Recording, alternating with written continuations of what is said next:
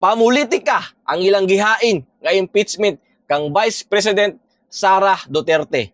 For me, articles of impeachment ni VP Sara. So dito sa tauna sa ika-4, so atong last sa impeachment ni VP Sara Duterte is katong threats daw tong nag-ingon siya nga kung mamatay siya na siya gi-hire nga assassin nga patyon pod si President Bongbong Marcos. So mo to ang ika-4, no? Ay katulo is graft and corruption. So katong mga unexplained wealth niya, katong nasa yung salin o katong nasa yung mga bank accounts. O ang ikaduha, betrayal of public trust.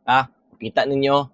So, katong daw mga public funds nga wala niya na account, wala yung mga resibo nga gipakita. So, muna ikaduha. O ang pinakauna, violation of constitution. Katong ilang mga allegation nga misuse of confidential funds. So, balik ta sa pinakauna. Sa wala pa impeachment, sa wala pa. So, ang ilang allegation is misuse of confidential funds or questionable use of confidential funds daw sa Office of the Vice President. So, muna ang unang ilang nga gipaytaan og bikil para maka-file sila og impeachment laban kay VP Sara Duterte. Ilang gipangitaan og resibo ang confidential funds ni VP Sara Duterte.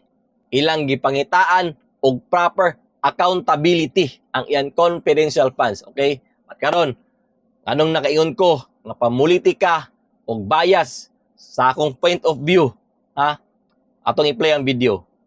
Ang mga senators, no, when they liquidate, for example, they usually just give a certification on their honor. They're saying that yes, we spent this money for this kind of thing. And kung may mga dokumento kami nakikita, well and good. Walang resibo, kung walang resibo.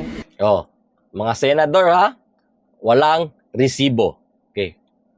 Atong patayon nun Ang Kongreso, lahat po ng budget ng lahat ng ahensya, binubusisi talaga. Ng Kongreso? Oo. Pero yung kanilang budget, Oo. hindi nila binubusisi. Bakit ganon? Di ba? Pakilamero kay sila sa budget sa uban. Pero ang ilang budget, wala. Di ba?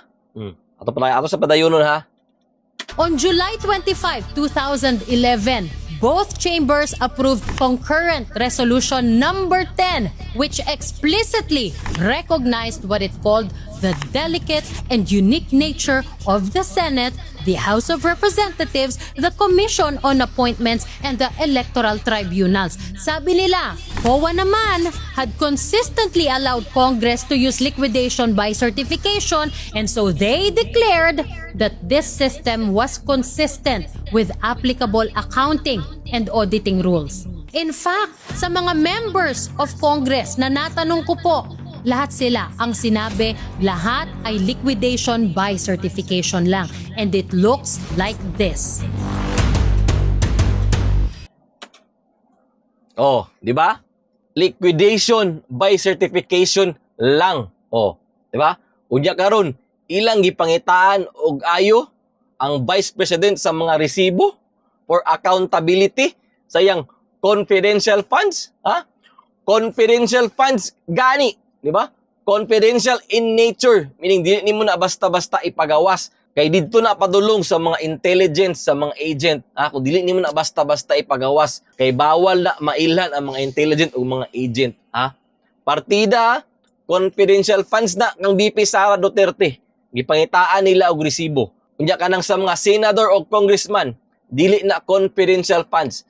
Mga daily expenses ra na nila og uban pa, Maunang para sa ako pamulitika ug bias ang impeachment laban kay VP Sara Duterte.